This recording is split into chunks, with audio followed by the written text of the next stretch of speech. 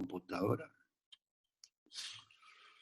Bueno, buenos días a todos, espero que todos anden bien, que estén llevando este distanciamiento físico lo mejor posible y bueno, continuaremos con este tipo de docencia a través de la red. Hoy vamos a trabajar un tema que es el número 14 del curso que estamos realizando, y este tema hace referencia a los inhibidores enzimáticos, lo que respecta al diseño y desarrollo, y vamos a tomar algún ejemplo de desarrollo a los efectos de trabajar no solo el fármaco, sino todo un montón de conceptos que venimos estudiando a lo largo del curso y que fueron aplicados al desarrollo de uno de los inhibidores que vamos a tomar como ejemplo, que son los inhibidores de la enzima convertidora de la angiotensina. Y dentro de ellos principalmente vamos a hacer referencia al diseño y desarrollo de dos de ellos, que son el captopril y el cilazapril. Veremos qué son estos fármacos. Y después, sobre el final de la clase, vamos a ver algunos otros ejemplos de manera general que, por otra parte, serán tratados de manera mucho más específica en otro de los temas más avanzados del curso, ¿sí? Vamos a hacer primero un pequeño repaso de lo que son los inhibidores enzimáticos, y como vamos a hablar de inhibidores de una enzima específica, que es la convertidora de la angiotensina, vamos a repasar un poquito también, pero muy rápidamente, el sistema renina-angiotensina. Tanto los aspectos de inhibición enzimática como de renina-angiotensina, del sistema renina-angiotensina, nosotros suponemos que ustedes ya lo vieron. Todos los aspectos de enzimología e inhibidores enzimáticos forman parte del curso de bioquímica, y los del sistema renina-angiotensina, ustedes lo ven en el curso de farmacología, así que lo vamos a pasar un poco rapidito, pero sin embargo vamos a hacer un repaso para tenerlo lo más fresquito posible y poder trabajar con ellos, ¿sí? A ver qué es lo que pasa, cómo puedo hacer para que esto avance. Bien. Miren, a modo de introducción, si ustedes toman los fármacos, los 20 o 30 incluso, fármacos más vendidos en la actualidad, fármacos vendidos, por supuesto, como formas farmacéuticas, como medicamentos, ¿no? Y medidos en cantidad de unidades, en volumen de unidades, no en ventas en dinero. Hay otros fármacos que producen mucho más ventas en dinero que esto de los que estamos hablando. Pero en lo que hace referencia a los fármacos que actualmente se venden, si los medimos en cantidad de unidades, más de la mitad de los 20 primeros son inhibidores enzimáticos, ¿no? Estos inhibidores enzimáticos se han incrementado mucho últimamente, y su arsenal terapéutico, como arsenal terapéutico también están siendo incrementados, y algunas enfermedades recientes utilizan este tipo de inhibidores para su tratamiento.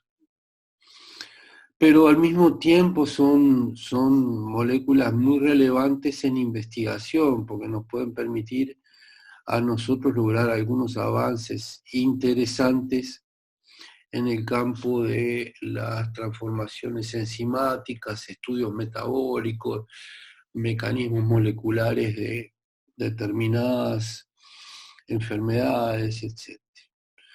El objetivo de este tema a lo largo de este curso es presentarles a ustedes cómo se realizó el diseño racional de uno de estos inhibidores enzimáticos. Y como les decía anteriormente, les presentaremos muy rápidamente algunos otros fármacos que actúan también por este mecanismo. Estos compuestos que son capaces de inhibir enzimas, ya sean una enzima o un grupo de enzimas, tienen un gran potencial como fármacos, ¿no? Eso se logra a través de bloqueos selectivos de ciertos caminos metabólicos. Y estos bloqueos selectivos pueden conducir o bien a la disminución en la concentración de ciertos productos enzimáticos, eso es una de las alternativas, o sea, bloqueamos el camino metabólico, entonces no se produce el producto que queremos que se produzca y disminuimos su concentración, o bien a través del bloqueo de la enzima también podemos intentar aumentar la concentración de sus sustratos. Esto no es ni más ni menos que pensando que la unión de una enzima con su sustrato es un equilibrio y bueno, bloqueando la enzima podemos intentar o bien evitar la producción de un determinado compuesto o aumentar la concentración de su sustrato, ¿no? Y bueno, pero para que estos inhibidores enzimáticos tengan una efectividad como fármacos, necesitamos básicamente dos cosas. Primero, que sean potentes, o sea, que tengan una potencia interesante, esa potencia medida fundamentalmente sobre los valores de la constante de disociación del complejo enzima-sustrato, y por lo tanto que sea, y al mismo tiempo que sean bastante selectivos o lo más selectivos posibles hacia la enzima objetivo. ¿Por qué necesitamos una alta selectividad? Y porque, bueno, una alta selectividad del fármaco hacia la enzima nos va a evitar la disminución de concentraciones del inhibidor en el organismo por enzimas no específicas. ¿Eso qué quiere decir? Que bueno, que si nosotros ingresamos una dosis de fármaco al organismo y ese fármaco no es muy específico sobre una determinada enzima y también trabaja sobre otras enzimas, entonces lo que estamos es disminuyendo las concentraciones que efectivamente pueden actuar de ese compuesto sobre la enzima que nosotros queremos. Y por otro lado, necesitamos una alta selectividad por temas de toxicidad, sobre todo para aquellas toxicidades que están vinculadas a la inhibición de procesos enzimáticos o de otros procesos enzimáticos, o bien como consecuencia de la formación de productos de descomposición que pueden llegar a ser tóxicos si no logramos una alta selectividad. A modo de repaso, les cuento, ustedes estos lo saben, pero igual yo se los voy a contar, ya les digo de manera de repaso, que tenemos dos grandes clases de inhibidores enzimáticos.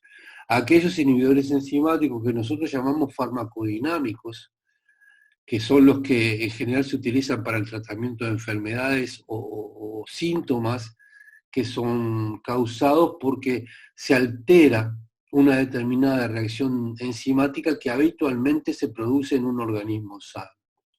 O sea, estamos tratando de corregir una alteración. Y otro gran grupo de los inhibidores son los conocidos como inhibidores enzimáticos quimioterápicos, que estos los que actúan fundamentalmente sobre aquellas enfermedades que son causadas por agentes externos, como son las bacterias, los virus, los hongos u otros tipos de parásitos en general, como los helmintos. Y lo que hacen es inhibir selectivamente una enzima que sea importante para la supervivencia del parásito. Si existe alguna enzima que es diferencial y que se necesita para que el parásito sobreviva en un organismo y nosotros la inhibimos, bueno, evidentemente ese parásito no va a poder desarrollarse a nivel del organismo. Acá a veces surge una segunda gran alternativa que no debemos confundirla y que tenemos que tenerla muy en cuenta, es que muchas veces también se le denominan quimioterápicos a los fármacos que actúan como antitumorales. En general aquí estos fármacos que actúan como antitumorales y que al mismo tiempo son inhibidores enzimáticos, aquí la inhibición selectiva es bastante difícil con respecto a las otras células, a las células normales, ¿no? Pero sin embargo se logran ciertas selectividades y bueno, se trata de que la selectividad de los fármacos frente a sistemas enzimáticos de células tumorales contra las células normales sea la selectividad sea la mayor posible, pero esto prácticamente es imposible de lograr muchas veces, porque estamos hablando acá de diferencias que en general son cuantitativas más que cualitativas. Y desde un punto de vista más general, esto es un poco un repaso de lo que ustedes vieron también en bioquímica. Podemos clasificar también a los inhibidores enzimáticos como aquellos que, un primer grupo son aquellos que se unen a las enzimas de manera no covalente, por todo el tipo de interacciones no covalentes que nosotros vimos cuando estudiamos los temas de interacciones entre un fármaco y un receptor. Y dentro de estos, de los no covalentes, también si tomamos en cuenta aspectos de tipo cinéticos y de constantes de disociación, y en algunos casos también aspectos termodinámicos, habitualmente estos se distinguían como aquellos inhibidores que eran rápidamente reversibles, aquellos inhibidores que eran lentos a la hora de actuar, aquellos inhibidores que son de una unión muy fuerte o que son muy firmes, o aquellos que son lentos y firmes al mismo tiempo, y están también los otros que son los irreversibles. Esto seguramente ustedes lo vieron en bioquímica y no voy a profundizar mucho más en estos aspectos. Lo que sí es que tradicionalmente los inhibidores enzimáticos que están unidos no covalentemente suelen ser o suelen resultar análogos de sustratos, productos o intermediarios de reacción.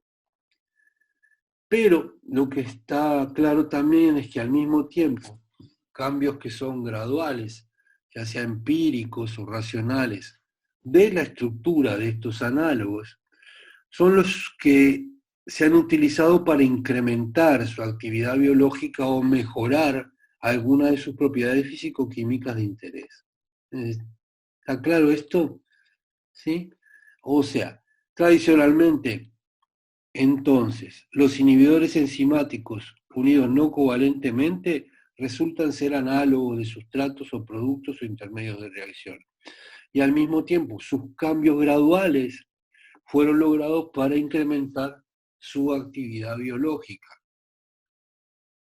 o mejorar alguna de las propiedades físico-químicas. Estos son dos conceptos generales que habitualmente se cumplen en el desarrollo de esta temática. Y después tenemos un segundo gran grupo que son los inhibidores enzimáticos covalentes, son los que se unen covalentemente. Aquí lo que hay básicamente es la formación de un enlace covalente entre la enzima y el inhibidor. O sea, una vez que se forma el complejo enzima-sustrato, se crea o ellos reaccionan entre sí y forman un enlace covalente por diferentes mecanismos. en general a través de la reacción con uno o más de los residuos aminoácidos de la enzima. Y de esa manera resulta la formación del enlace. Tengan en cuenta que en general, cuando se forma un enlace covalente o cuando tenemos inhibidores enzimáticos que se unen covalentemente a la enzima como tal queda inactiva completamente. O sea, es una nueva entidad química. O sea que para volver a tener cantidades de esa enzima a nivel del organismo, vamos a tener que biosintetizar más enzima. Porque la enzima que se unió covalentemente a un sustrato en general no es recuperable. Hago un paréntesis aquí para saber si más o menos todo esto ustedes lo vieron en bioquímica o si quieren que les aclare algún punto. Por favor. A mí lo que no me quedó muy claro es que entre los inhibidores enzimáticos no covalentes hay algunos que también eran irreversibles, ¿o entendí mal? Perdón, no te escuché, pues estaba atendiendo a un nieto que me vino a visitar. Dime. Ah, perdón, no, que entre los inhibidores enzimáticos no covalentes hay unos que son irreversibles. Hay algunos que pueden llegar a ser irreversibles, ¿sí? Pero por otros mecanismos, no por la formación de un enlace covalente. ¿Sí? Ah, eso me suena que no lo habíamos visto antes, un caso así, pero está. Si me decís que existen, yo te creo. Bueno, yo te puedo poner te voy a mandar algunos ejemplos, si vos querés, ¿sí? Porque en general, ¿qué es lo que sucede? Que si la constante de afinidad es muy grande y la unión del receptor, la unión de la enzima al fármaco es muy estrecha o muy fuerte, prácticamente no hay manera de revertir esa reacción a través de otro sustrato, ¿entendés? Sí, creo que entendí. O sea, es como una reacción no covalente, pero que igual tiene claro, que es muy difícil de revertir igual. Es como que vos tenés un delta, vos en una curva enzimática de ese tipo, ¿sí? Después que pasás la energía de activación y caes en el pozo, la energía ahí es tan mínima que volver para atrás es prácticamente muy difícil. Tendrías para ser irreversible esa reacción que encontrar un sustrato que pudiera unirse más fuerte que el que tú tenés. ¿Entendés? Sí, entendí. Son temas de equilibrio. Pero vamos a ver, de todas maneras, si vos querés sacar de este esquema que, ay, no puedo ir para atrás, ¿por qué no me deja ir para atrás? Si querés sacar de este esquema que yo te puse acá, estas moléculas irreversibles, porque te confunden en el sentido que yo te estoy diciendo, sacalas. Yo lo que te estoy hablando es que puede llegar a ser irreversible desde un punto de vista práctico, porque la unión es tan fuerte que volver para atrás y el equilibrio está tan desplazado que volver para atrás es prácticamente muy difícil. Pero si no te gusta, sacalo, no tengo ningún problema. Lo más No, ahora me convence, lo voy a dejar. bueno, como vos quieras. ¿Tá? Bien, vamos entonces a comenzar con lo que es el desarrollo de estos inhibidores de la enzima convertidora de la angiotensina y vamos a ver cómo se hizo de alguna u otra manera su diseño racional. ¿Sí? Esto a modo de repaso, recuerden ustedes que el sistema renina-angiotensina, una proteína, el angiotensinógeno, que por acción de una enzima, la renina, te da la angiotensina 1, que era un decapéptido, y esa angiotensina 1, por efecto de la enzima convertidora de esa angiotensina, que lo que hace es hidroliza dos aminoácidos del final de la cadena, nos genera un octapéptido que es la angiotensina 2, que es el que tiene un efecto vasoconstrictor y nos da un aumento de la presión arterial. Y el mecanismo de acción de ese octapéptido, la angiotensina 2, se basa sobre la base de tener efectos sobre la resistencia periférica y efectos sobre la función renal. Todo esto, ustedes lo vieron en farmacodinámica, yo no se los voy a repetir, pero se los pongo acá para que lo tengan a mano. Lo cierto es que los efectos sobre la resistencia periférica, a través de todos estos mecanismos de acción, son los que nos dan una respuesta presora muy rápida, mientras que los efectos sobre la función renal, a través de estos mecanismos de acción y fundamentalmente a través de la liberación de la aldosterona y el incremento de la reabsorción de sodio, nos dan una respuesta presora. Vamos a un poco de historia porque es interesante, miren.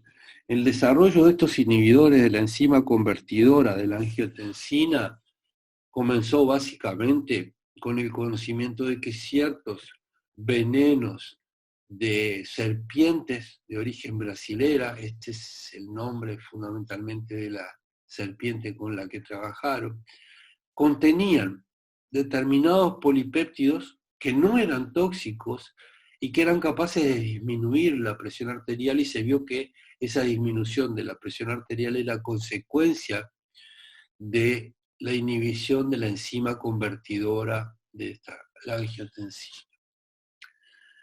Como antecedente básico de esto fueron los estudios de ciertos investigadores brasileños. Muchas veces pensamos que en nuestros países no se genera conocimiento interesante que pueda llegar a producir determinados fármacos. Pues bien, aquí este es un ejemplo clásico de que la cosa no es así. Unos investigadores brasileños estudiando estos venenos de serpiente fueron los que descubrieron las bradiquinas, por ejemplo, y a punto de partida de ella se comenzó todo este trabajo. Y basado en estudios de estos investigadores, que eran investigadores universitarios, Squibb tomó el tema y allá por los años 70 sintetizó un nonapéptido que se conoció con el nombre de teprotigre. Este es que era el SQ2884, como yo les digo aquí. Aquí tienen ustedes la estructura de ese nonapéptido, el cual cuando se testeaba en humanos demostró poseer una efectiva actividad antihipertensiva. Sin embargo, por supuesto, este péptido como tal no era activo por vía oral. Lo que quiero hacer referencia aquí es que, para que ya lo vayan fijando, es que este péptido sintetizado por Squibb, que fue un nonapéptido que tuvo una interesante actividad, fíjense ustedes que tiene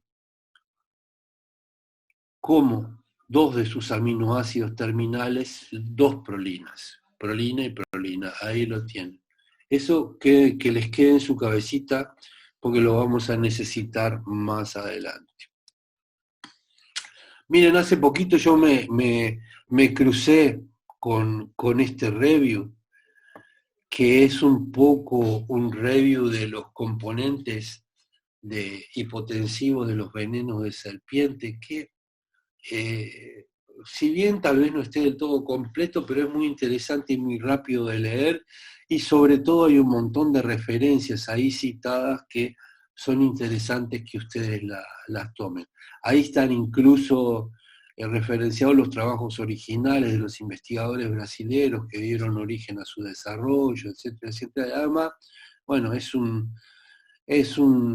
open access esta revista, o sea que la tienen a disposición en la red, pueden bajarlo y pegarle una bichada y vale la pena, realmente, como para tener una idea de toda esta historia y todo este proceso.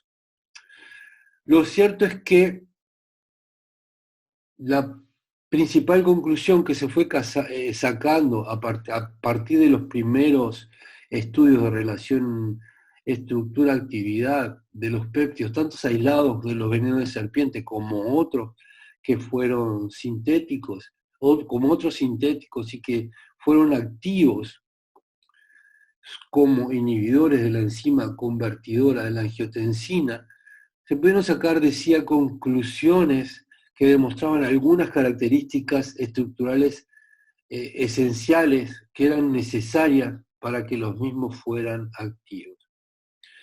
Y básicamente se encontró que la actividad biológica óptima de estos péptidos se encontraba cuando el último y el penúltimo aminoácido resultaban ser prolina y en algunos casos fenilalanina respectivamente. Esto estaba bastante relacionado, fíjense ustedes, con el sistema renina-angiotensina y sobre todo con el hecho de cómo trabaja la enzima convertidora de la angiotensina, que es una exopeptidasa y que libera los dos últimos aminoácidos de la angiotensina 1, como ustedes ven acá, que es una fenilalanina y una prolina. Lo que hace básicamente la enzima convertidora de la angiotensina es una amidasa que trabaja a este nivel liberando estos dos aminoácidos, fenilalanina y prolina. Bien. ¿Cómo se plantearon el diseño de los inhibidores de la enzima convertidora de la angiotensina los investigadores que trabajaban en ella? Bueno, necesariamente necesitaban un modelo de cómo era el sitio de unión de la enzima convertidora de la angiotensina. No tenían en su momento la estructura de difracción de rayos X de la proteína, que ahora ya la tenemos y yo se las voy a mostrar al final y van a ver qué bonita que es, pero lo cierto es que había que tomar alguna hipótesis. ¿Y cuál es la hipótesis que se tomó para trabajar en el diseño? Y bueno, se pensó que desde el momento en que la enzima convertidora de la angiotensina es una exopeptidasa, esto es la parte terminal del péptido, que al mismo tiempo se supo que contenía zinc en su sitio activo como cofactor, y que tenía muchas propiedades similares a las que presentaban las carbopeptidasas pancreáticas.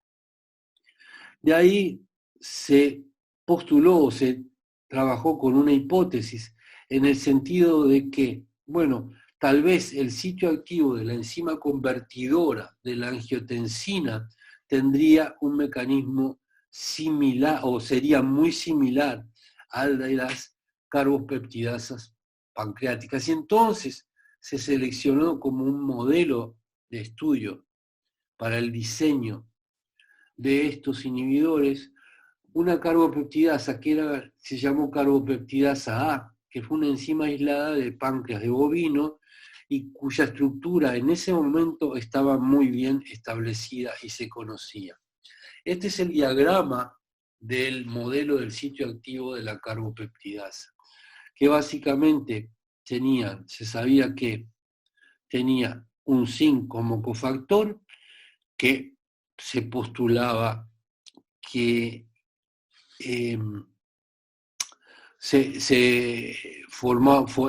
actuaban a través del mecanismo por formación de ciertas interacciones con restos carbonílicos del péptido y un bolsillo lipofílico donde de una u otra manera podía ingresar el aminoácido.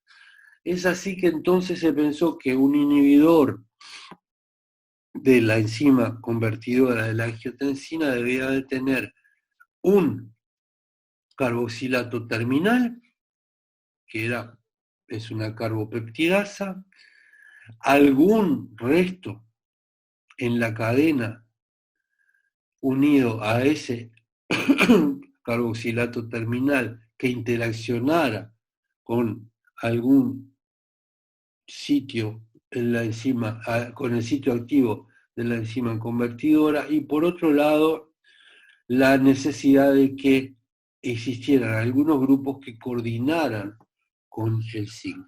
Esas eran tres premisas fundamentales sobre las cuales se empezó a trabajar. Y entonces se hizo esta hipótesis para la enzima convertidora de la angiotensina. La unión del carboxilo terminal, la unión de algún sitio activo a nivel de la enzima necesario en la cadena polipeptídica y una coordinación con el zinc. Y se diseñaron algunos inhibidores inicialmente que contenían esta estructura básica. Carbonilo terminal, una cadena carbonada que tenía determinadas interacciones con el sitio activo y un grupo que fuera capaz de coordinarse con el zinc. Al mismo tiempo se sabía desde antes que aquellas enzimas que eran zinc dependientes, o sea que tenían zinc en su sitio activo, bueno, funcionaban muy bien con tioles, porque los restos tioles se coordinan fuertemente con los átomos de zinc. Y ahí comenzó la hipótesis de trabajo. Miren, todo el desarrollo de este trabajo, paso a paso, lo pueden ver perfectamente en este trabajo de Ondetti, que fue básicamente el que desarrolló estos inhibidores junto con Cushman. Y hay un artículo en Biochemistry en el año 77 donde se exploran todo el desarrollo de estos compuestos. Yo creo que si ustedes se leen este artículo solamente pueden seguir perfectamente este tema sin ningún tipo de problemas. Es el artículo básico y del cual yo estoy sacando la gran mayoría de los datos que les voy a presentar hoy en esta clase, ¿sí? Fíjense ustedes entonces que, tomando como base una estructura en la cual tendríamos un aminoácido, un resto carbonado que podría ser un succinil o un mercaptopropanoil, haciendo referencia a esta cadenita que ustedes ven acá, que está unida al aminoácido, y los derivados correspondientes amílicos, se hicieron un montón de derivados que yo se los muestro en esta tabla, en la cual el aminoácido, por ejemplo, en el compuesto 1 era prolina y el resto era un ácido succínico o un mercaptopropanoil, y se midió la IC50 en este caso micromolar, como constante de inhibición. Se fue variando, en este caso, todos los aminoácidos, prolina, arginina, fenilalanina, el número 7 era la valina, y ahí siguieron, ¿no? Aquí tienen todos un montón de datos más y comenzamos a poder sacar algunas consecuencias interesantes. Fíjense el resultado que obtuvieron cuando el aminoácido era L-alanina, ¿sí? Y el resto carbonado del inhibidor enzimático era ni más ni menos que un mercaptopropanoilo. Teníamos IC50 del orden de 0,85 micromolar. Y cuando teníamos una L-prolina y un mercaptopropanoil unido a ella, la IC50 del orden de 0,20 micromolar. Esta era una base interesantísima para continuar diseñando estos inhibidores enzimáticos. ¿Cómo dijiste que se llamaba ese grupo, el que es A? El quesa es un succinilo, ¿no? Es un derivado del ácido succínico. El butano dioico, ¿no? ¿Y esos grupos sería como todo lo que compone al inhibidor? Como con todo lo que compone. Acá tú tenés sobre este ácido succínico una unión amida con, en este caso, en el caso 8, con un aminoácido de L-alanina. O sea, esa doble A que está ahí, tanto Esa doble A significa el aminoácido. Ah, o sea, una posibilidad es que sea el A unido a tal aminoácido de los que están ahí. Y otra que sea el B unido. No. A, acá te estamos confundiendo. A es una columna, B es otra columna. En la columna A lo que ponemos es aquellos compuestos que se obtienen por una unión entre un aminoácido, ¿sí? Y Sí. el ácido succínico. Y esta Ah, está. unión, ay no, perdí el coso. Y esta unión es una unión amida, ¿está? Ujú. Y en el caso de la columna B, perdón, en el caso de la columna B, tenemos un aminoácido, en este caso, por ejemplo, la L-prolina, unida por un enlace amídico a un mercaptopropanoil. ¿Está claro? Sí. Si no me lo decís muy... Sí, sí, o sea, no muy entiendo cosa, si eso es pero el inhibidor, ¿es eso? sí, claro, ahora vamos a Ah, ver. está. Eso es lo que entiendo. O sea, el aminoácido forma parte.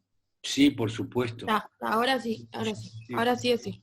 En ambos casos, tanto en A como en B, se unen por una unión amida. sí, señora. Ah, Vamos a verlo ahora. ¿Sí?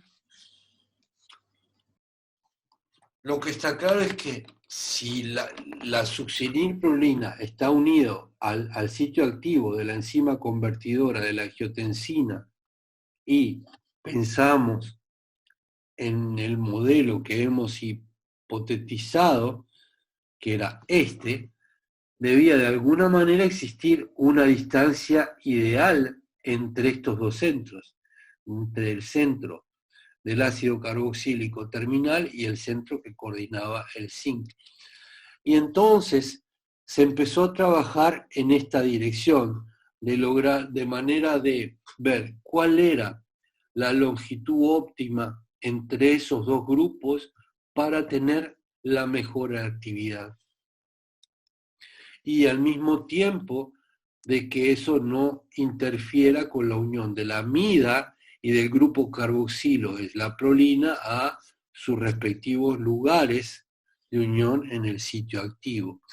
Miren la tabla 2, que es la que yo les estoy diciendo. Bueno, aquí lo que hicieron fue, estos autores tomaron una prolina y fueron a través de un enlace amida, aquí lo tenés, ¿lo ves ahora? ¿Te das cuenta? Sí, sí, sí. ¿Sí? Fueron variando la longitud de la cadena, o sea, estaban variando el espaciamiento entre este ácido carboxílico y aquel resto que era capaz de coordinarse con el enlace zinc, pero sin o evitando de que el enlace amida y el ácido carboxílico no perdieran su coordinación con el sitio activo de la enzima. Aquí ven, por ejemplo, cuando lo que tenemos es un solo CH2, la IC50 es de 2600, aunque si hacemos una farmacomodulación a través de una homologación de esta cadena, estamos homologando esta cadena en una unidad, ya la IC50 pasa a 330. La homologación de las cadenas en el diseño de fármacos era uno de los ejemplos que habíamos visto allá al principio, y ahora aquí yo se los recalco y se los estoy retomando, porque muchas de las modificaciones moleculares que vimos al principio las vamos a retomar aquí y las vamos a ver aquí como ejemplos específicos. Esta es una homologación de una cadena lateral. Y fíjense ustedes que sí, esa homologación la llevamos a un CH2 más, la IC50 ya baja a 70. Sin embargo, alcanza con que introduzcamos un solo CH2 más, o sea que acá lo que tengamos es una cadena de 4 CH2 para que la IC50 se nos dispare a más de 4000 micromolar. ¿Esto qué quiere decir? Que aparentemente la distancia óptima sería la de estos 3 CH2. ¿Me siguieron? Volvamos de nuevo a tratar de seguir esta tabla. Miren, acá no hay ningún CH2, 4800, con un CH2, 2600. Si aumentamos, homologamos en 1, empezamos a disminuir, ya llegamos a 330. Si aumentamos uno más, ya estamos en 70, pero acá está el quiebre y hasta aquí podemos llegar, no podemos seguir homologando. Bien. Lo mismo se hizo cuando el grupo que coordina el zinc, en lugar de ser un carbonilo, era un tiol. Y bueno, y fíjense ustedes, con el 2-acetiltiol, la IC50 es 1,1. Sin embargo, cuando tenemos 2 CH2 que están separando el resto carbonílico que forma el enlace amida con el grupo tiol que coordina el zinc, pasamos a 0,20. Y esta parece ser la óptima porque cuando aumentamos un CH2 más, ya comienza a aumentar nuestra I50 micromolar.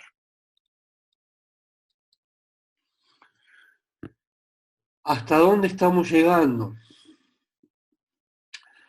Ahora, o cuáles son las conclusiones que los autores iban sacando hasta el momento. Bueno, que sobre la base de esta hipótesis de modelo, el grupo acilo, que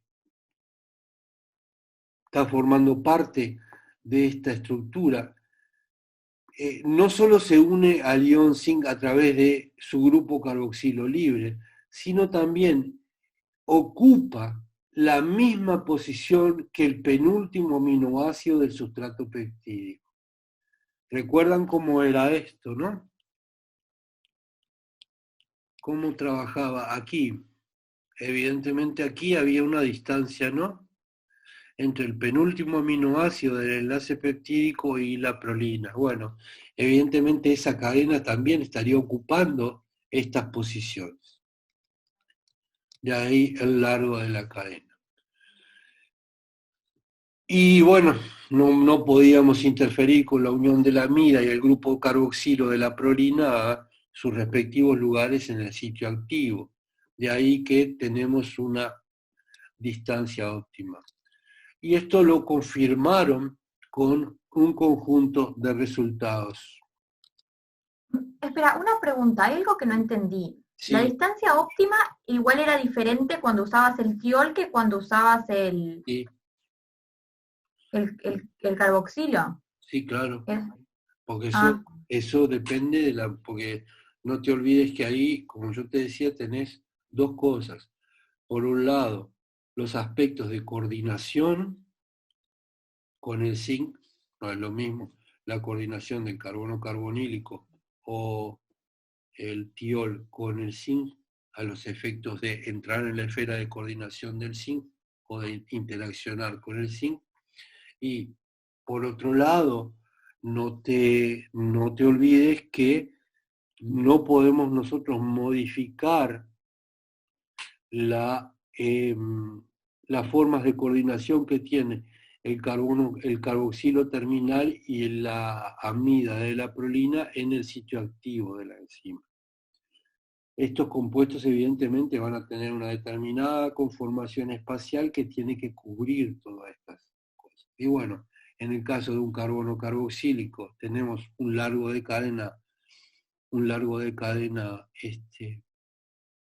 óptimo, y en el caso de tener un tiol tenemos otro largo de cadena óptimo. ¿Se quedó claro? Sí, creo que sí. Cuando me decís creo que sí, me dejás que no entiendo mucho, pero bueno.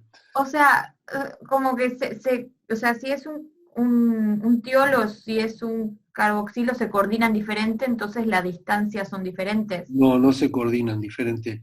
El tema es que vos tenés una molécula que tiene una determinada distribución espacial y una determinada conformación. ¿Sí? Y no son lo mismo las conformaciones de esas dos moléculas, ya vamos a ver. Creo que ahora entendí entonces. Pero lo cierto es que estos son los datos que sacaron los investigadores, ¿sí? Estos son los datos que sacaron los investigadores desde un punto de vista experimental. Es como que, a ver si... Aquí, este carboxilo que tú tenés acá, en la cadena de 3, este actuará como el grupo tiol, este CH2, CO, CO2, H, actuará como el grupo tiol aquí, ¿verdad? ¿Lo ves? Sí, eso lo entiendo. Bien. Estos son datos estrictamente experimentales hasta el momento, ¿sí? Fíjense ustedes también que los investigadores pensaron que sí, en esta hipótesis aquí teníamos también una cadena que era ramificada, que se unía la prolina a través de un enlace amida, y en esta posición teníamos una ramificación. Bueno, era también interesante pensar cómo de una u otra manera esas ramificaciones podían influir en la unión al sitio activo de la enzima convertidora de la angiotensina. Y entonces lo que hicieron fue, una vez que tenían de una u otra manera el tamaño óptimo de cadena, ¿sí? Empezaron a introducir un metilo en posición alfa al grupo carboxilo que forma el enlace amida y en posición beta. Y aquí tienen algunos resultados, ¿verdad?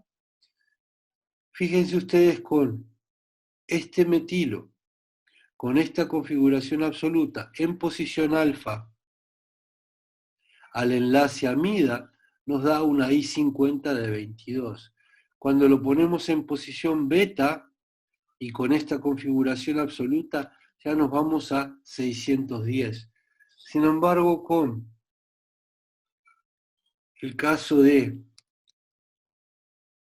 la distancia óptima, que era estos 13H2, y el metilo con esta configuración absoluta, el metilo en alfa con esta configuración absoluta, nos daba el mejor inhibidor posible, hasta el momento.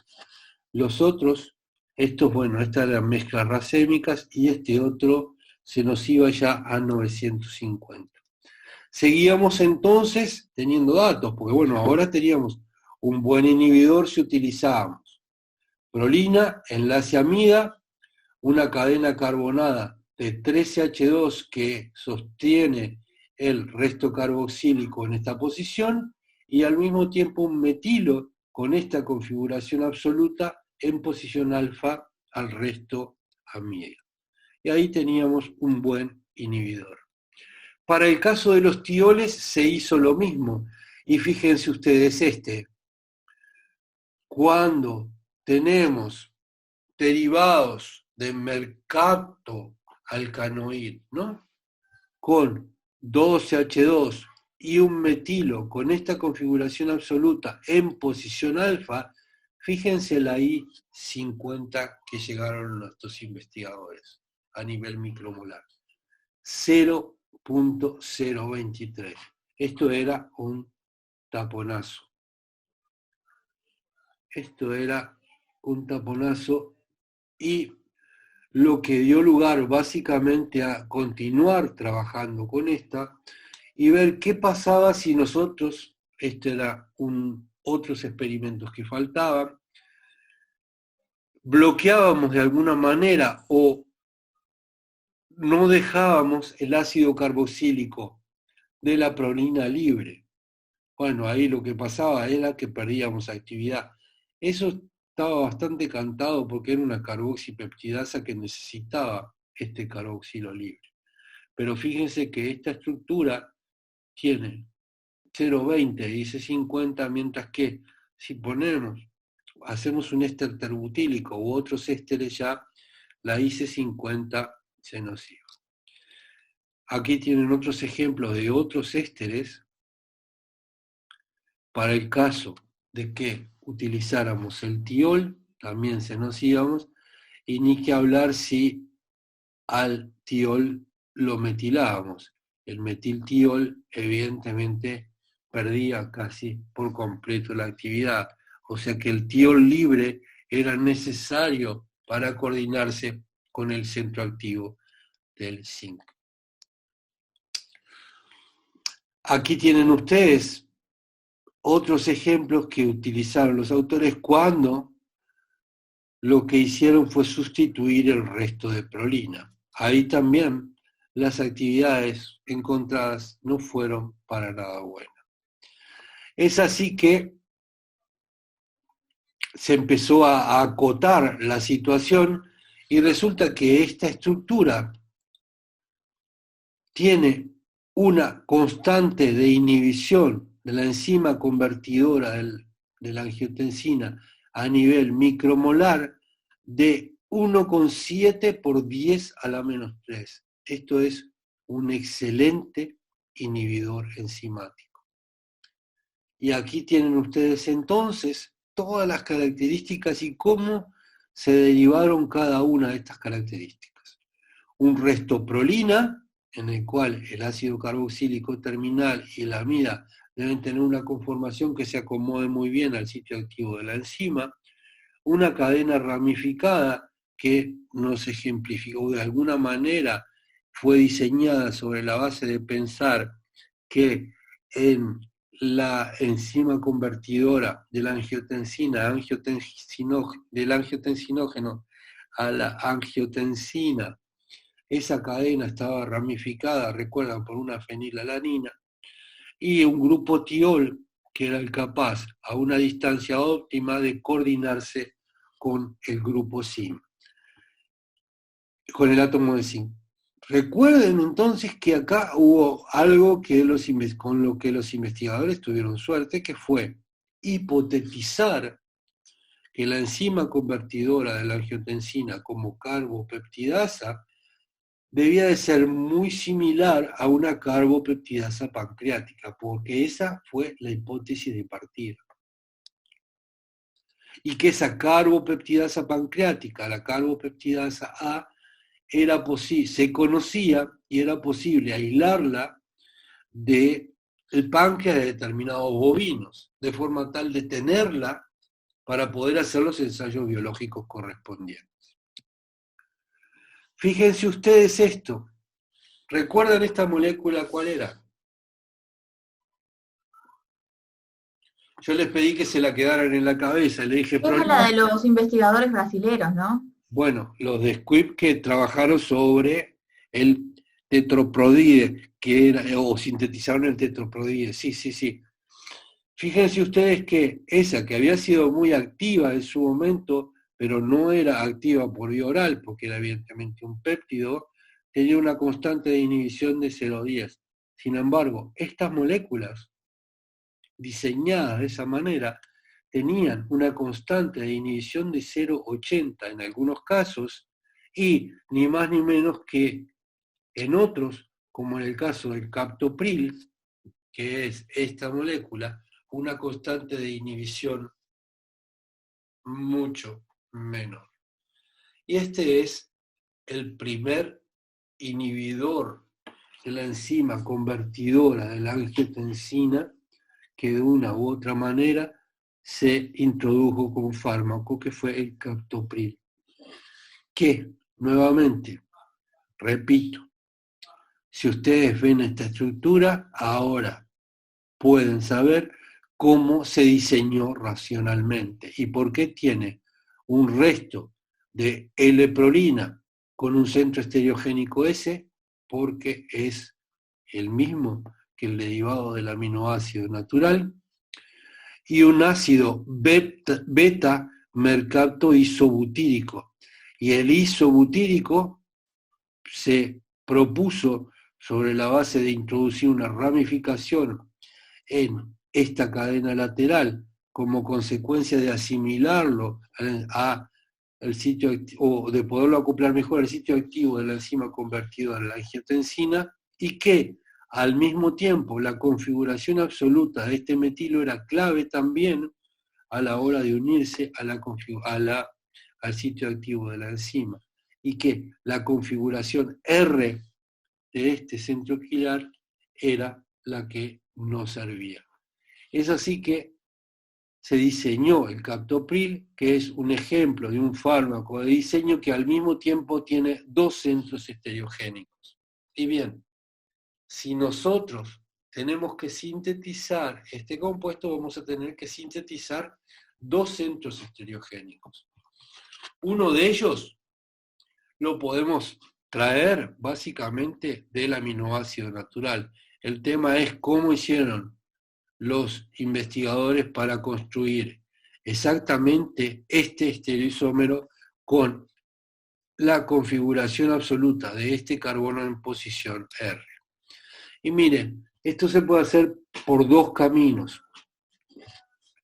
Un primer camino es tomar el ácido mercaptobutírico isobutírico, y tomar la mezcla racémica ROS, hacer el cloruro de ácido y hacer la reacción de amidación con L-prolina. ¿Qué es lo que vamos a tener acá? Una mezcla de diastereoisómeros, ¿verdad? ¿Me siguieron? Sí. Y esa mezcla de diastereoisómeros, los diastereoisómeros son compuestos diferentes, se puede separar. ¿Cómo lo separaron estos autores? Y bueno, tuvieron suerte de poder separarlo por recristalización, llegando al compuesto que queríamos. Esto es un método, ¿sí? Un método de construcción de una molécula quiral, pero al mismo tiempo le repasa a ustedes la posibilidad de una resolución de enantiómeros.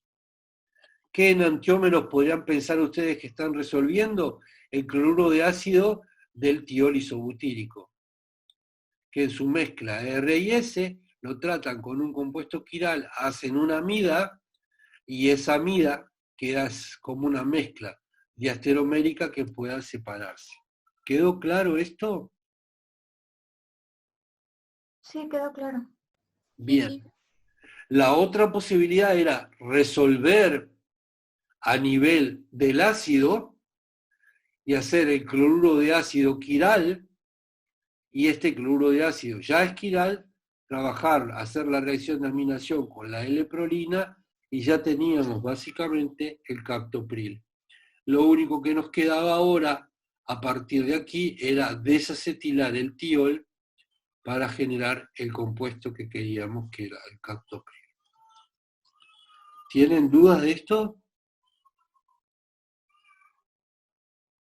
El acetilo del tiol era como para protegerlo al principio, ¿no?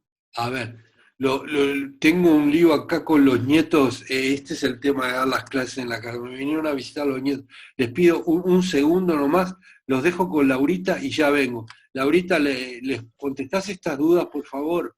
Sí, sí. A ver, ¿qué era el acetilo que hay acá en el tiol? Sí, es como grupo protector. ¿Sí? Muchas gracias.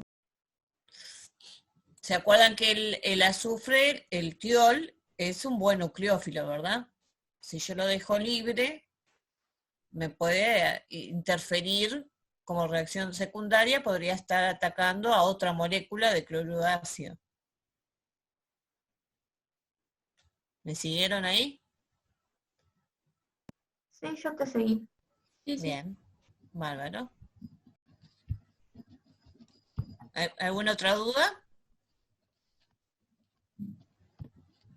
¿Y en qué momento se protegió eso? ¿Al principio? Se partió, se principio. protegido. Ahí ¿no? va. Sí, sí. Exacto. Y vieron que se forma, acá lo que obtienen es una mezcla de diasterómeros, ¿verdad? Que esa se puede separar cuando Marcelo les habló de la separación de enantiómeros, habló de las mezclas de diasterómeros, que justamente al tener propiedades físico-químicas diferentes, es más sencillo que separar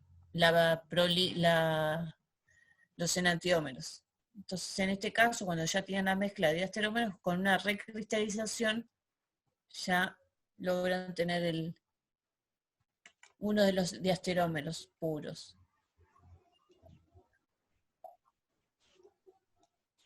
¿Quedó claro?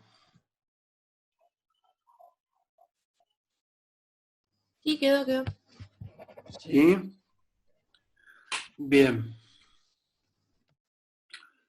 Después que se desarrolló el captopril, como siempre, comienzan a hacerse farmacomodulaciones y mejoramientos, etcétera, etcétera, y síntesis de análogos. Y algunos de estos análogos, resultaron de utilidad clínica y llegaron a la clínica. Uno de ellos también, digamos, el ejemplo más específico de esta serie es el ácido enalaprílico, ¿no? Donde aquí lo que se hace es sustituir el tiol y un nuevo ácido carboxílico es el responsable de coordinar con el ion zinc. Y al mismo tiempo, el tema es que el enalapril no tenía una buena absorción gastrointestinal y entonces lo que se hizo fue un profármaco bajo forma de éster, que era una de las maneras que habíamos visto nosotros de mejorar alguna de las propiedades físico-químicas de un compuesto en aquellos desarrollos de análogos. Y otro que sí es activo por vía oral es el lisinopril, que lo que contiene es un residuo de lisina. Ahí ustedes tienen básicamente los dos compuestos. Cuando R en este caso es el ácido libre, tenemos el ácido enalaprílico que no tenía buena absorción oral y se hizo una prodroga, un profármaco con un éster etílico que es el enalapril. Y el otro de ellos, cuando esta sustitución se puso un residuo de lisina, lo que se hizo fue el lisinopril. ¿Ustedes serían capaces entonces de reconocer todas las partes de esta molécula y el por qué? Pregunto. ¿Y cómo se llegó a ellas a través de un diseño racional? Si preguntamos algo así en el parcial, no contestan, ¿verdad? Nadie tiene ganas de hablar. Seguimos entonces. Bien. ¿Qué características tiene el enalapril como inhibidor de la ECA? Bueno, es lento, pero de unión firme. Y fíjense ustedes que la K sub off es del orden de 10 a la menos 4 segundos a la menos 1, ¿no? O sea que este valor tan pequeño de K sub off para el complejo no covalente nos da a nosotros o nos demuestra la fuerte afinidad del enalapril por la enzima convertidora de la angiotensina. Bien, hasta ahora, fíjense ustedes que nosotros, o los autores, mejor dicho, trabajaron todo este desarrollo de inhibidores de la enzima convertidora de la angiotensina, dentro de los cuales vimos como ejemplo el captopril y el enalapril, pero siempre trabajando en dos dimensiones. Nunca pensaron o nunca habían trabajado todavía en tres dimensiones, en ver cómo era la conformación óptima de este compuesto para unirse al sitio activo de la enzima, y si trabajando en una dimensión más íbamos a poder mejorar nuestros compuestos. Lo que está claro es que la importancia de los 3 grupos claves en la unión a la enzima, que ya lo vimos, el grupo carboxilo, o bien el grupo tiol, pero acá lo estamos, el grupo carboxilo terminal, el resto amida y el ligando del zinc, estaba bien establecida. Necesitábamos esos 3 componentes. Pero, ¿cuál era su orientación en el espacio? No la sabíamos muy bien. No se disponía hasta ese momento de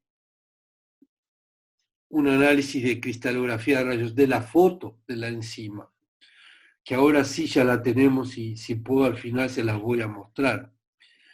Y mucho menos de cómo era alguno de sus uniones específicamente. Entonces, cuando uno no sabía muy bien cuál era la conformación activa de una determinada molécula, una de las metodologías que se utilizaban para establecer la conformación activa era la síntesis de modelos rígidos. ¿Recuerdan eso? Sí, yo me acuerdo. ¿Vos te acordás? ¿Te acordás que lo habíamos visto, los modelos rígidos? Lo vimos en el tema 4. Ahí está. ¿Y en qué ejemplo, por ejemplo, lo vimos? No me acuerdo. Si me decís el ejemplo me va a venir, pero... ¿Te acordás que la cadena de las catecolaminas que tenía libre rotación y que no sabíamos muy bien cuál, ¿sí? Sí. ¿Cuál de los conformeros de una u otra manera podía unirse mejor al receptor? ¿Te acordás de eso? Sí, me acuerdo, no me acuerdo del ejemplo, pero me acuerdo del concepto. Presentamos un trabajo de, bueno, vamos a rigidizar el modelo para ver si llegamos a saber cuál es la conformación activa. ¿Tá?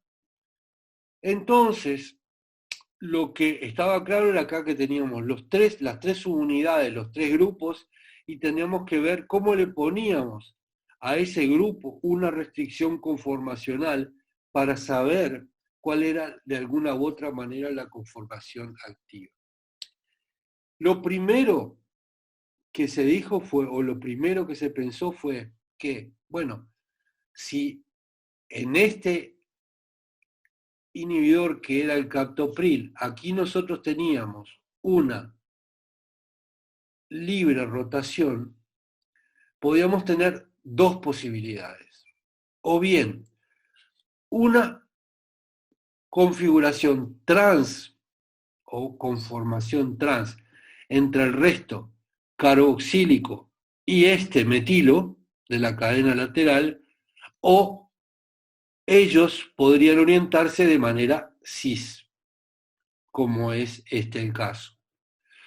La configuración absoluta de este centro es la misma, ojo. Lo que estamos haciendo acá es rotando a nivel de este enlace. ¿Lo ven? Sí. Bárbaro. Y lo cierto es que el estudio de la conformación del captopril demostraba que la conformación preferida era la trans, casi 0,8 de una fracción molar, 0,8 de su fracción molar, mientras que la cis era 0,2. Entonces se eligió esta como un modelo. Dijeron, bueno, vamos a tratar de rigidizar esta molécula para ver si esta conformación es la preferida para unirse al receptor. ¿Me siguieron? ¿Cómo lo hacemos? Y bueno, tenemos que ver esta posibilidad de rigidizar la molécula de esta manera, tal como se muestra en el esquema A. A los investigadores aquí se les surgió otro problema. ¿Y cuál era el otro problema? Que al rigidizar la molécula, realizando un enlace entre este carbono en alfa al grupo amino, ay, se me va el maldito puntero, al grupo amino de la prolina y este metilo, Aquí estábamos generando un nuevo centro quiral, lo cual complicaba bastante la cosa. Entonces prefirieron sustituir este resto de prolina por un resto que no tuviera ese centro, o que no generara un nuevo centro quiral, y que al mismo tiempo podría hacer una transformación bioisostérica. De esa forma, una transformación bioisostérica y al mismo tiempo una homologación a 6 nos dejaría, o les dejó a los autores, el reemplazar la prolina por este ácido, que es el ácido hexahidropiridacina 3-carboxílico. Profe, perdón, pero no entendí. ¿Sí? ¿Qué es lo que entendiste? A ver. O sea, ¿por qué para rigidizar pusieron ese ácido? O sea, no entendí. Porque ¿qué es lo que pasaba? Si rigidizaban esta molécula Sí. a través de un enlace entre este carbono en alfa y este metilo en la cadena lateral en posición beta, por favor, alguien tiene el micrófono abierto. Ahí está, gracias. ¿Sí? Cuando vos hacías este enlace, ibas a crear acá un nuevo centro quiral. Claro, sí. Ya. Ibas a tener dos compuestos y se te iba a complicar la cosa. Era mejor tener un solo compuesto, ¿verdad? A la vez. Pero a su vez ahora estás haciendo dos cambios, porque estás homologando y también estás rigidizando. Yo lo que exactamente, y muy buena tu observación, porque estamos haciendo dos cambios, o los investigadores hicieron dos cambios. Lo que pasa es que el primer cambio no te lo cuentan, o bien no lo hicieron o les resultó muy difícil, porque era mucho más fácil hacer un anillo de 6 con estos dos nitrógenos que uno de 5 con estos dos nitrógenos. ¿Chapás? Pero lo cierto es que acá hay dos cambios. Por un lado, una rigidización, pero al mismo tiempo, en esa rigidización se homologó en un carbono el ciclo del resto de prolina. ¿Está claro? Sí, profe, ahora sí. ¿Sí? Bien. Y vamos a ver qué es lo que pasó. Fíjense ustedes, se hicieron un montón de estos derivados. Acá tienen compuestos 14, 15, 16. Vean los IC50 que se obtuvieron. No muy buenos. Se hicieron estos otros, con dos compuestos carbonílicos, incluso con R1, perdón, en uno de los sustituyentes un grupo tiol. Tampoco se obtuvieron demasiado buenos resultados. Se siguió trabajando. Ahora, poniendo ¿Puedo hacer una pregunta? Sí, cómo no. ¿La sustitución bioisostérica para qué fue? Lo otro sí lo entendí, pero la sustitución no. La del nitrógeno en vez del carbono en ese. Sí.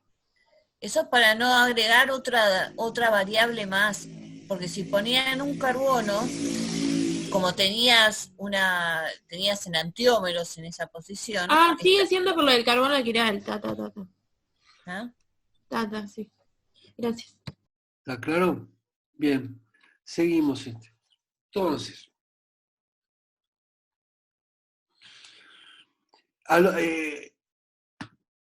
luego de hacer todas estas variaciones estructurales y a los efectos de conocer más acerca de la conformación activa del captopril, fue necesario comparar la posición de los tres grupos funcionales claves para cada uno de los inhibidores conformacionalmente restringidos.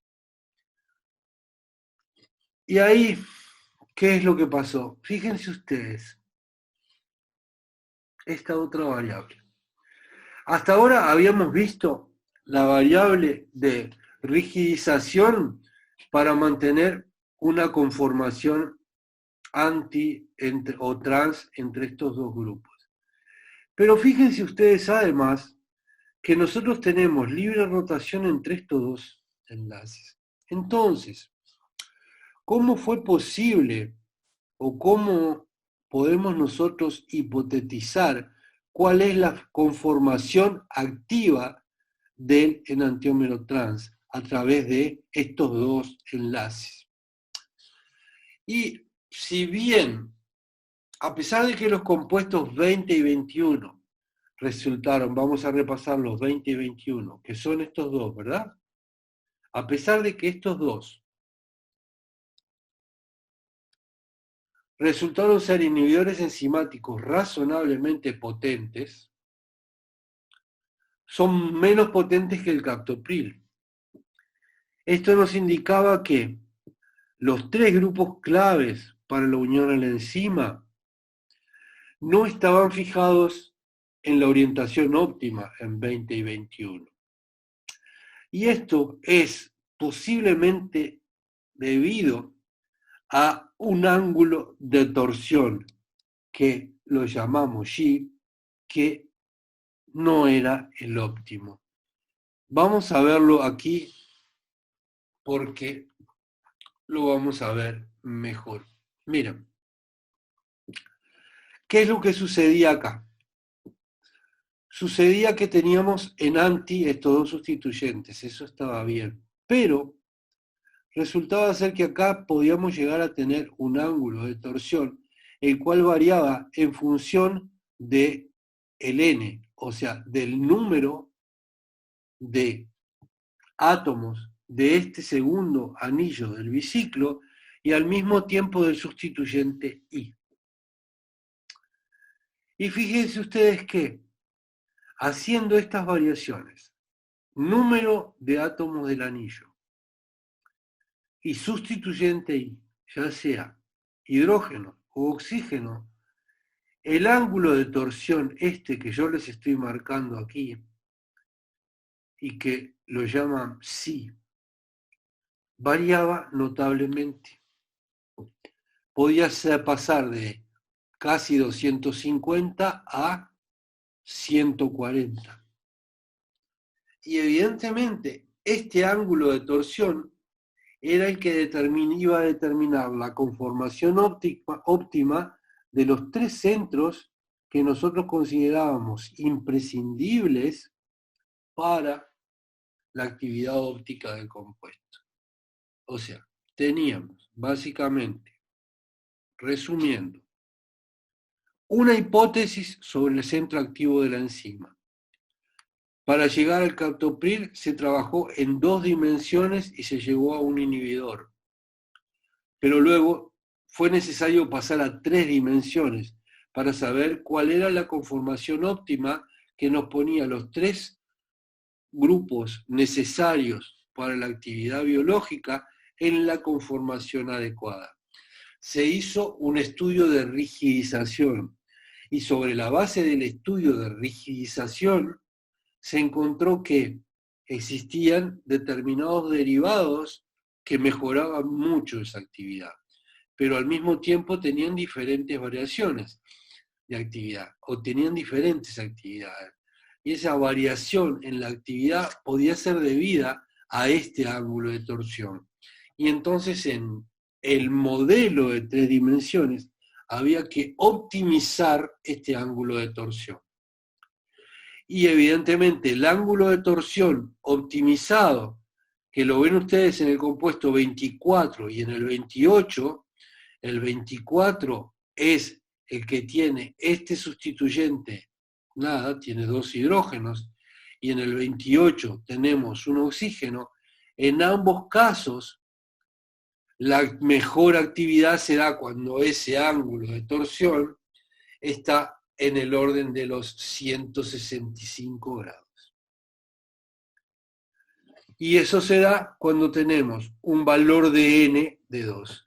Quiere decir que este anillo de 7 miembros sería el que nos daría este ángulo de torsión en el entorno de los 165 grados, lo que nos posicionaría en el espacio a los tres grupos que nosotros necesitábamos posicionar de manera mejor o de manera óptima. ¿Me siguieron o es muy complicado esto? ¿Por qué de 7? ¿Cómo? ¿Por qué de 7?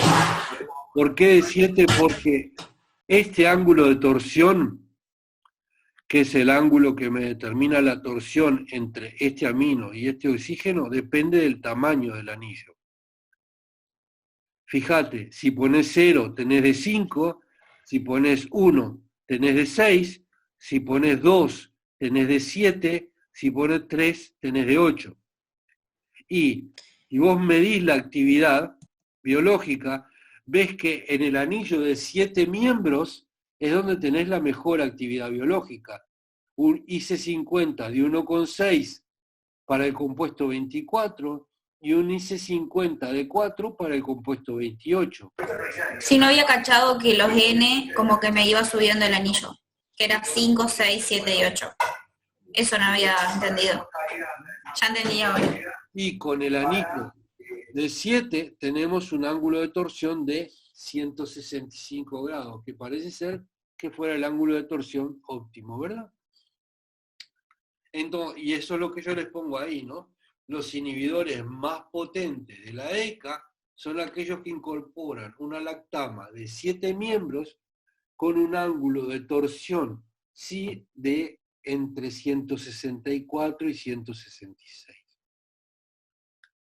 Igual, ahora a mí me quedó una duda. Diga. En unas diapositivas antes, cuando estábamos hablando de esto de rigidizar, en realidad se hicieron 3 cambios, porque se cambió el carbono por un nitrógeno, que es un cambio bioisostérico, se homologó y además se rigidizó. O sea, se hicieron 3 cosas, no 2. A ver, para que me perdí. ¿De dónde? ¿Qué me estabas hablando? La diapositiva, ay no, yo tengo diferentes números. 2 diapositivas antes, ahí.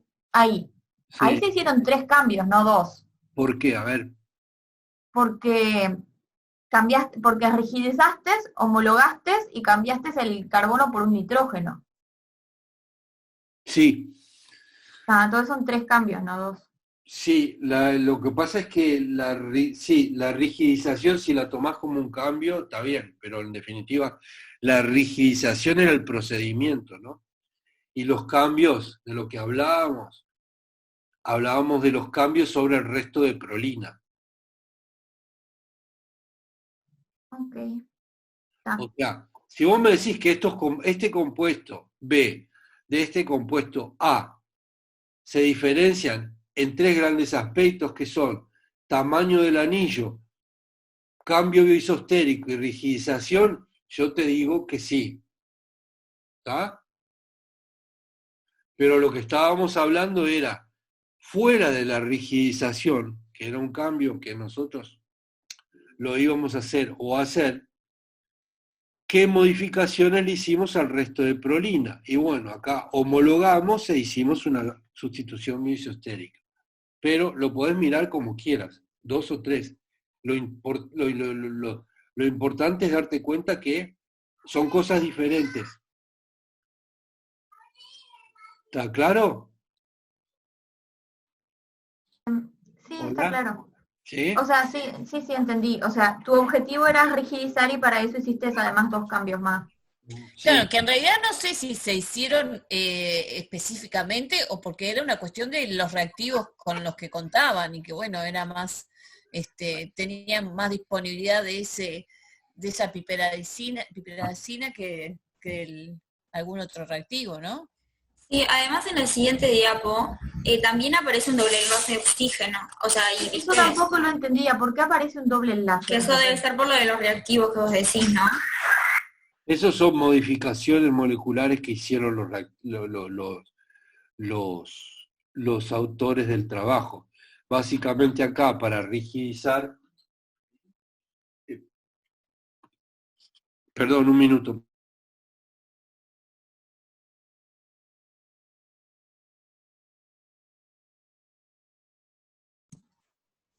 O sea, aquí están los Hola. nietos. Sí, Sí, dale. Pasaron los nietos y estaban un relajo ahí y están Atiéndanme un poquitito. Acá lo que hicieron para rigidizar este modelo, en la siguiente diapositiva lo que hicieron, ustedes ven, lo rigidizaron a través de la formación de este enlace. Utilizando el nitrógeno, no utilizando un carbono en esta posición, ¿verdad? O sea, esto de acá es un esquema. Se perdieron, ¿no? No, bien, yo entendí. Acá tenés un carbono, acá tenés un nitrógeno, pero son todas maneras de rigidización. Fíjate que si te olvidás de esta parte de la molécula que yo estoy marcándote acá, lo que tenés acá es la secuencia que veníamos trabajando, ¿sí? Tal vez la veas mejor acá. Mirá. Carboxilo terminal, nitrógeno, enlace amida, cadena carbonada con un resto, con un metilo por un lado y un resto que sostenía el grupo tiol por el otro. Y lo que estábamos básicamente es rigidizando a través de este modelo, ¿sí? ¿Quedó claro? Sí. Bien. Sigamos entonces. Bien. Teníamos entonces ese enlace o ese ángulo de torsión de 165 grados. Esos son los enlaces más potentes. Y a punto de partida de esto es que se diseñó ni más ni menos que el silasapril, que es el compuesto 30, que es uno de los inhibidores de la enzima convertidora de la angiotensina que hoy por hoy se utilizan en el mercado. Y que a los efectos de mejorar su biodisponibilidad oral se da como una prodroga, como un éster etílico, porque una vez que ingresa al organismo, las estearasas plasmáticas hidrolizan este compuesto, hidrolizan ese éster y nos liberan el ácido. Y nos dejan entonces, ¿sí?, con todos los elementos que teníamos en el compuesto original, pero en una molécula optimizada. Y volvamos a seguirlo. Teníamos el ácido carboxílico, el enlace amida, la cadena carbonada ramificada y el ácido carboxílico terminal, que era el que complejiaba o se unía al resto, al átomo de zinc. ¿Quedó claro eso?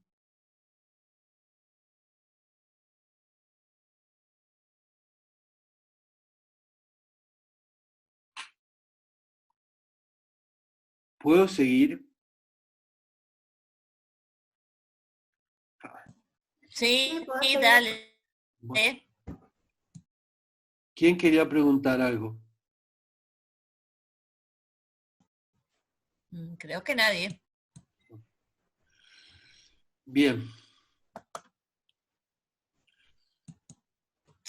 Yo les voy a hacer una pregunta y por favor, alguien que me conteste, que me diga algo, ¿sí?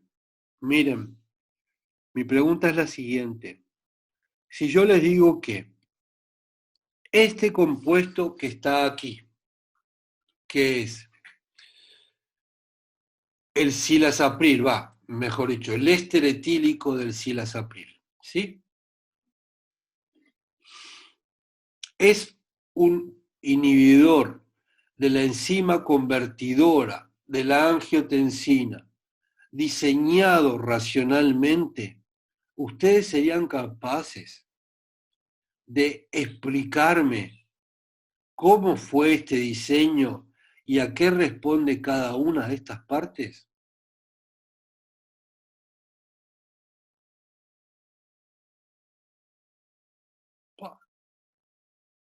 Nadie puede hablar, por favor, hable alguien. Es que es un montón, profe. Ya sé que es un montón, pero y se lo tienen que estudiar, pero mi pregunta es, porque si no vuelvo para atrás todo lo que sea necesario. Mi pregunta es, ¿pudieron seguir este diseño racional paso a paso como yo se lo fui dando o no me pudieron seguir? Yo me perdí en dónde quedó el grupo Tiol. No, tenías En dos, este caso no está. Acá tenés el carboxilo, no el tiol, lo que pasa. claro, Ah, está. tenías dos Pero, o sea, no lo ves acá porque se va a hidrolizar Claro. por las esquerazas. Lo que no me queda claro a mí es dónde quedó, cuál sería ahora el grupo que tiene la interacción con el bolsillo hidrofóbico. Está, ese. Está bien. Podemos volver mucho para atrás y ahí lo tenés.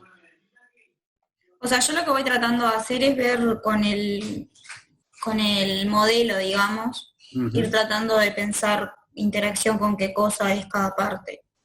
Fíjate vos que entre el Silas-April y lo que tenés básicamente, entre el Silas-April y lo que tenés básicamente es una rigidización a este nivel con la formación de un anillo de 7 y una sustitución bioisostérica de un nitrógeno por un carbono,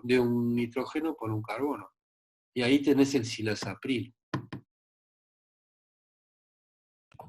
Entonces, en este caso, el carboxilo terminal, o sea, el que está a la izquierda, es el que interacciona con el zinc. Después tenemos la cadena con el aromático, que sería lo que interacciona con el bolsillo hidrofóbico, Sí. ¿no? Después tenemos El carboxilo terminal. El carboxilo terminal. Que interacciona con el protonaría y como que tendría una interacción electrostática, ¿no? Y sí, claro, porque esa es la interacción común de las proteasas que empiezan a trabajar por el carboxilo.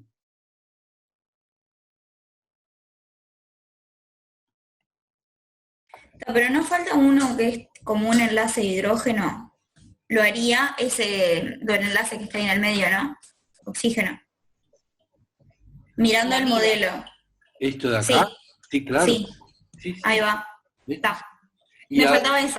Habíamos dicho todo, me faltaba uno. Y el anillo de 7 me da el ángulo de torsión de 165 grados para acomodar en el centro activo de la enzima este ácido carboxílico con esta unión amida. Pero no entendí, el hidrógeno de la amida es el que hace el enlace de hidrógeno también. También, ahora lo vamos a ver, tal vez un poco mejor. ¿Sí? Pero en el modelo como que dice que el doble enlace oxígeno es el que hace interacción, enlace hidrógeno con el sitio activo que tiene un XH. Sí, ¿no? pero ese era un modelo hipotético, ¿verdad? Nadie lo había Sí. escuchado. Está. Pero se supone que vos acá, si tenés que orientar a tenés que unir para que coordine con el átomo de zinc. Tenés un bolsillo hidrofóbico y tenés estos dos grupos, pensás que, bueno, en esa interacción fármaco-receptor, evidentemente acá, con los aminoácidos del sitio activo, vas a poder formar puente de hidrógeno. Sí. Para poder tener una buena unión fármaco-receptor. Formará un puente de hidrógeno con alguien que sea aceptor y con el que sea dador. Eso parece ser bastante lógico. ¿Sí? Sí. ¿Me siguieron? Entonces, yo le pido que lo sigan y lo estudien de nuevo y cualquier duda me lo preguntan. O sea, lo que vamos explicando es, o sea, cada cambio, por qué se hizo en cuanto al modelo que tenemos hipotético ese. Y No. claro, yo lo que te intenté es darte a través de un ejemplo que es un inhibidor de la enzima convertidora de la angiotensina, cómo determinados investigadores pensaron el diseño racional de ese inhibidor.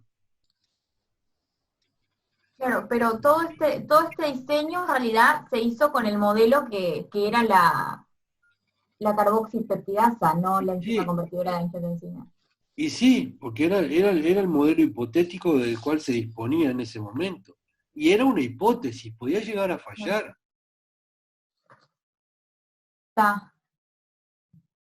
¿Por qué tomaron esa enzima? Y bueno, porque era muy parecida, porque tenía zinc, era una carbopeptidasa, trabajaba de la misma manera, entonces dijeron, bueno, entonces la enzima convertidora de la angiotensina es muy factible que sea parecida a esta.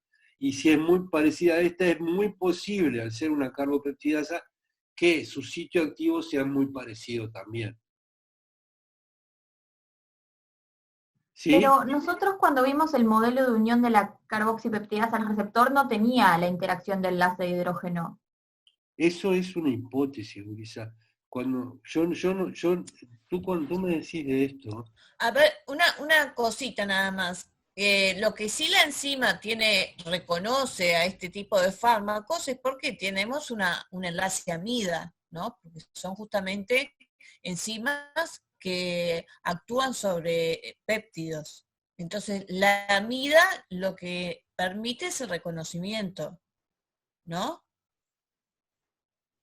Sí. ¿Se entiende?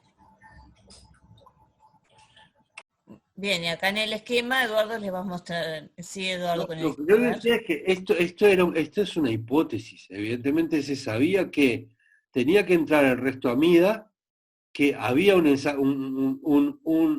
bolsillo lipofílico, porque el penúltimo, ¿sí?, era una fenilalanina, y que además la enzima tenía zinc, o sea que tenía que coordinar de alguna manera. Entonces se plantea esto como hipótesis. Repito, podía fallar. Entonces, en esta hipótesis lo que se hizo fue mantener acá grupos que pudieran coordinarse con el zinc, mantener grupos que ingresaran en ese bolsillo hidrofóbico, mantener la amida, por supuesto, porque la necesitábamos, y se suponía que, bueno, que este grupo carbonilo se coordinaría a través de un puente de hidrógeno. Pero esto es todo hipotético.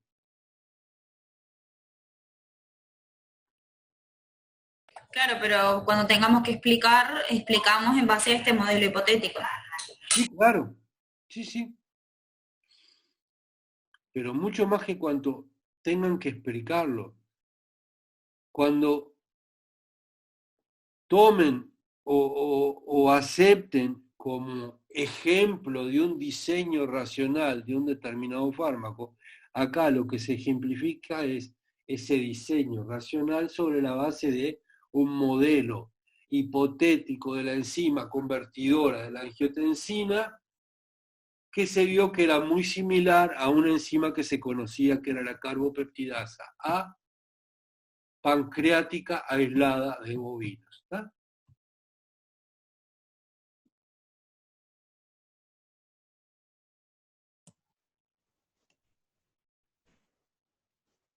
¿Sí? ¿Sí? Me quedó solo una duda. ¿Podemos ir a la diapositiva en la que estábamos?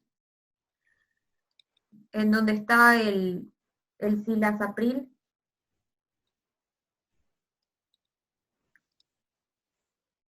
Sí. ¿Esta? El enlace de hidrógeno lo puede formar con o sea, no necesariamente con el hidrógeno del nitrógeno, sino con el oxígeno del carbonilo, que se actúe como dador. Digo, como aceptor de enlace de hidrógeno. Mira, si esto forma enlaces de hidrógeno a nivel de un sitio activo, este hidrógeno tendrá que combinarse con algo que lo acepte, que forme un puente de hidrógeno acá. O sea, algo que tenga, ¿sí? Claro, pero el oxígeno del carbonilo puede aceptar, este puede aceptar. Claro, puedo aceptar, también, o sea, podría actuar cualquiera de los dos, o sea, uno como dador y otro como aceptor del enlace de hidrógeno, pero cualquiera de los dos, tanto el carbonilo como el hidrógeno, ese del nitrógeno, podrían formar un enlace de hidrógeno. Sí, señor. Ah.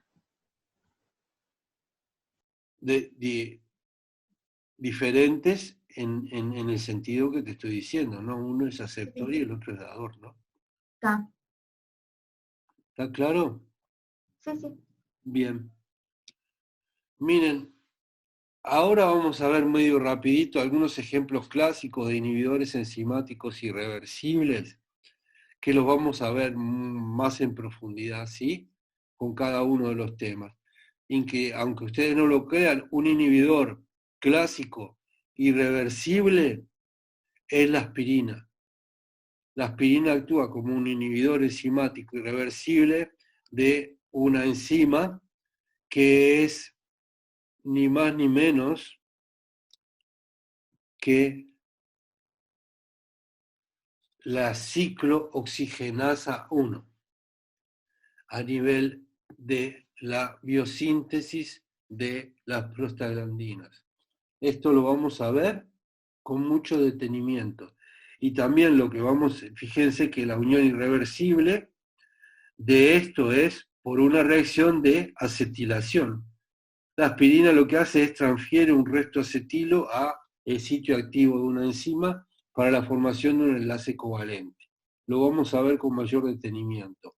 Y los otros, que son típicos y muy clásicos, que actúan como inhibidores enzimáticos, son los antibióticos betalactámicos, que son inhibidores enzimáticos irreversibles y que actúan básicamente a través de una reacción de acilación del centro activo, del sitio activo de una transpeptidasa que es la responsable de la formación de las cadenas de peptidoglicanos de determinadas bacterias. Esta es la bibliografía que yo les recomiendo para este tema. No me cabe la menor duda de que si ustedes solamente, ¿sí?, leen este trabajo de Ondetti de Biochemistry del año 77, ahí encuentran prácticamente toda esta revisión.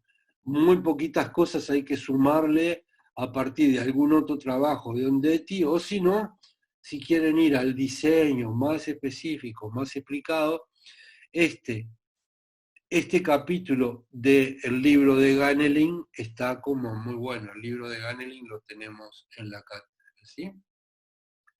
Y antes que se me vayan, esperen un poquito, que voy a mostrarles una cosa que quiero ver si se las puedo mostrar. Esperen un poquitito.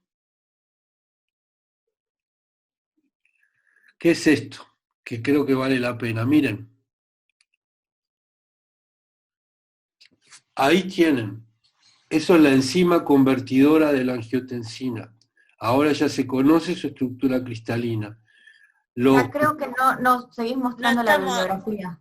¿Cómo? Sí, no estamos viendo, no sé por qué. No están viendo y por qué. A ver. Qué macana. A ver.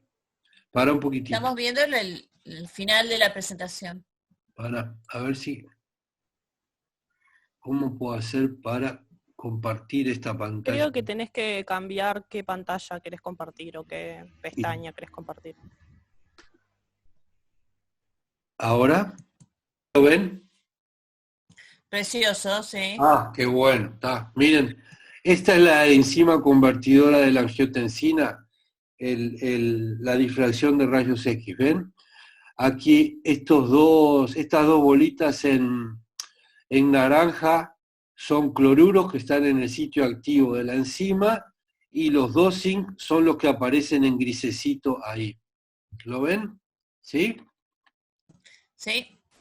Bueno, y esta es la enzima convertidora de la angiotensina inhibida por el silasapril. Ahí la tienen metido en el sitio activo. Y ven cómo se coordina con los zinc y cuáles son, de una u otra manera, las cosas. Todo esto, evidentemente, cuando se hizo el diseño racional, no se conocía. Miren, y ahí están girando las dos, solo que no las pude hacer girar para el mismo lado, pero bueno, las pueden ver.